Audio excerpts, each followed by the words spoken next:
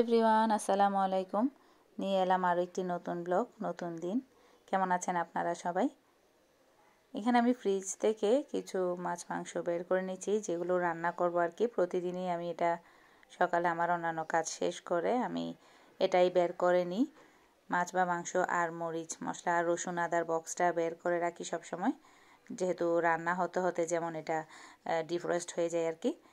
কিছু মাছ গত রাতে আনা হয়েছিল, তো ওরা কাটার জন্য আমি এখন ফ্রিজ থেকে বের করে রাখলাম। ওটা আমি বাজারে কাটিয়ে নিব আর কি।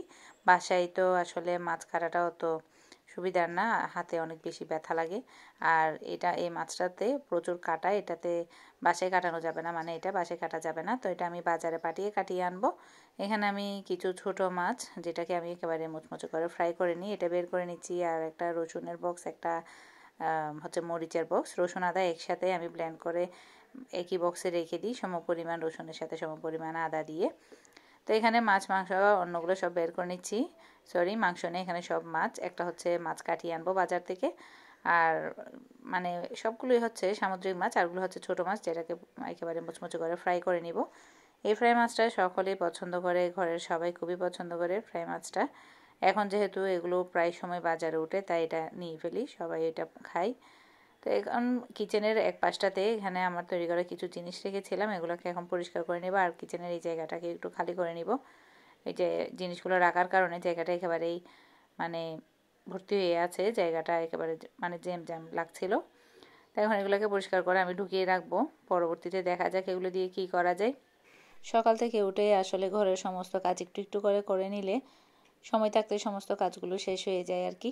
যেহেতু বাচ্চাদের পড়াশোনা আছে, সকালে নাস্তা করে স্কুলে পাঠাতে হয়, আবার ওরা আসার পরে আবার ওদেরকে কিছু একটা দিতে হয়।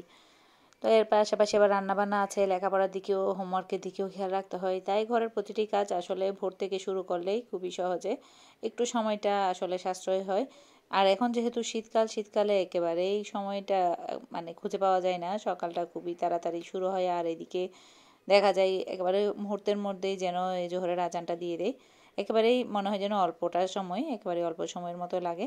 তো এখানে একেবারে ভোর থেকে উঠে আমি অন্যান্য কাজ সবগুলো সেরে, নামাজগুলো সবগুলো সেরে এখন এগুলোই করে নিচ্ছিলাম তাড়াহুড়ো করে। বাচ্চাদেরকে স্কুলে পাঠাবার আগে বা নাস্তা তৈরির আগে হাতে কিছুটা সময় ছিল, 15-20 মিনিট বা আধা ঘন্টা মতো, এর মধ্যে তাড়াহুড়া করে আমি এই কাজগুলোই করে নিচ্ছিলাম। পরিষ্কারের কাজটা, আলমারিটা পরিষ্কার করে নিচ্ছি, জায়গাটা একটু ক্লিন করে নিচ্ছি, যাতে রান্নাবান্না শুরু করার আগে একটু যেন সময়টা পাই আর জায়গাটা যেন একটু ফ্রি থাকে।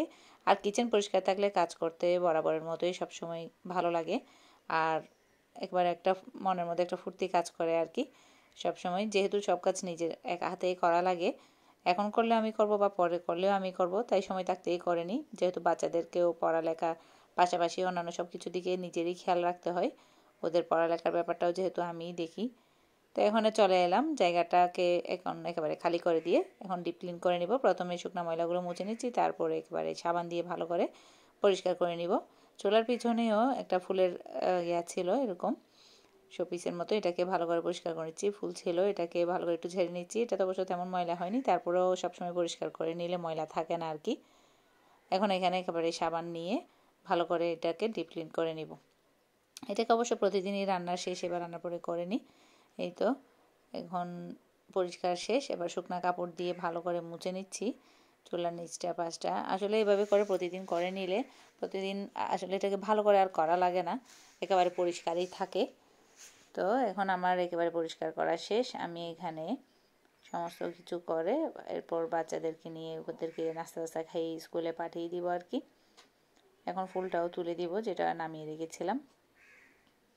প্রতিটি গৃহিণীরই আসলে সকালবেলাটা খুব তাড়াহুড়োর মধ্যেই কাটে। সকলের বাচ্চা, যাদের বাচ্চা বিশেষ করে ছোটো বাচ্চা স্কুলে থাকে, স্কুলে পাঠাও, নাস্তা করানো, লেখাপড়া করানো, প্রত্যেকটা কাজে আসলে প্রতিটি গৃহিণীরই ঘরের মধ্যে থাকে। আর হেল্পিং হ্যান্ড থাকলে তো একটু কাজে একটু সময় থাকে বা সময় বাঁচে, নিজের জন্য একটু সময়টা বের করা যায়। আর যাদের হেল্পিং হ্যান্ড নাই, একা হাতে সব কাজ সামলাতে হয়, তাদের তো আসলে সকালটা শুরু হয় ব্যস্ততার মধ্য দিয়ে, আর সারাদিনটা ব্যস্ততার মধ্য দিয়েই কাটে।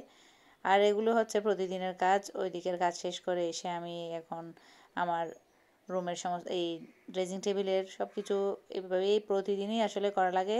এখন জানি না ধুলাবালি বেশি কিনা, কিন্তু প্রতিদিনই আমার এভাবে করতে হয়, না হলে নিজেরই আসলে মনের মধ্যে কেমন কেমন জানি লাগে। তো এক বেলায় না পারলে অন্য বেলায় হলেও মানে এটাকে আমি করে ফেলি, মুছে ফেলি এই জিনিসগুলোকে। তো ছেলে উঠছে, ছেলে উঠে এখন বিছনায় এদিকে শুয়ে আছে আর কি, ওকে এখন স্কুলে পাঠিয়ে দিব কিছু খাইয়ে। এর ফাঁকে আমি ড্রেসিং টেবিলটাও পরিষ্কার করে নিলাম, আর টিভির পাশের জিনিসগুলোও পরিষ্কার করে নিলাম। এটা প্রতিদিনই আসলে মুছে ফেলি, না একদিন না মুছলেও মানে মনে হয় যেন একেবারে ধুলা এসে অনেক বেশি ধুলা থাকে। আর মনে হয় যেহেতু শীতকাল তাই ধুলাবালিটা একটু বেশিই এখন। তো 2 দিন আগেও কাপড় দিয়েছিলাম মেশিনে, এখন আজকেই দেখলাম আবারও অনেক কাপড় জমে গেছে। বেডশিটটা তুলে বাচ্চাদের রুমের বেডশিটটা তুলে দিয়ে দিচ্ছি, এখানে ওদের বেডশিটটা দিয়ে দিব।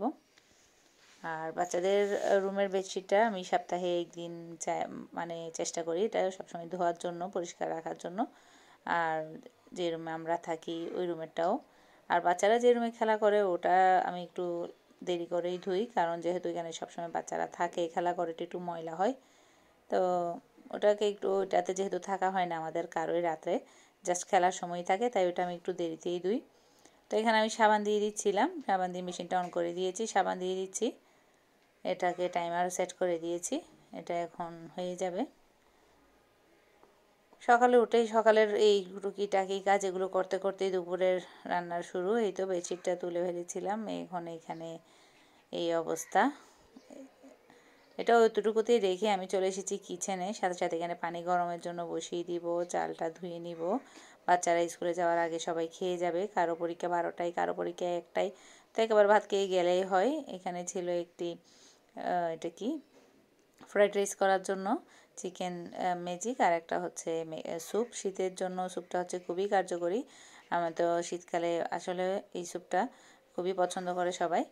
তো আমি এখন এক পাশে মেশিনে কাপড় দিয়ে আর চুলাতে ফ্রাই মাছগুলো তুলে দিয়ে, মানে ছোট মাছগুলো ফ্রাই হতে তুলে দিয়েছি। আর এই পাশে চলে আসলাম বেডশিটটা নিয়ে, ওগুলো হতে থাক, আমি এদিকে মানে আমার কাজটা সেরে নিই, বেডশিটটা বিছিয়ে নিই।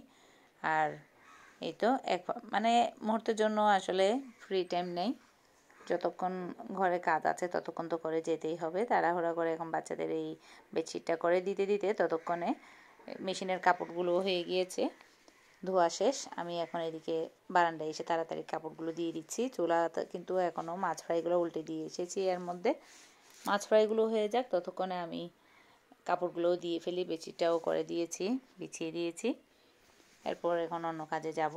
আর প্রতিদিনই এই তো আগের দিনের যে কাপড়গুলো ছিল ওগুলো এনে শুকাই রাখলাম, এগুলোকে এখন ভাঁজ করে নিব। এগুলোকে এখন যার যার জায়গায় রেখে দিব, প্রত্যেকের ড্রয়ারে বা ঝুড়িতে। আমি ঝুড়িতে ব্যবহারের কাপড়গুলো ঝুড়িতেই রাখি, যেটা নিত্যদিনের লাগে আর কি।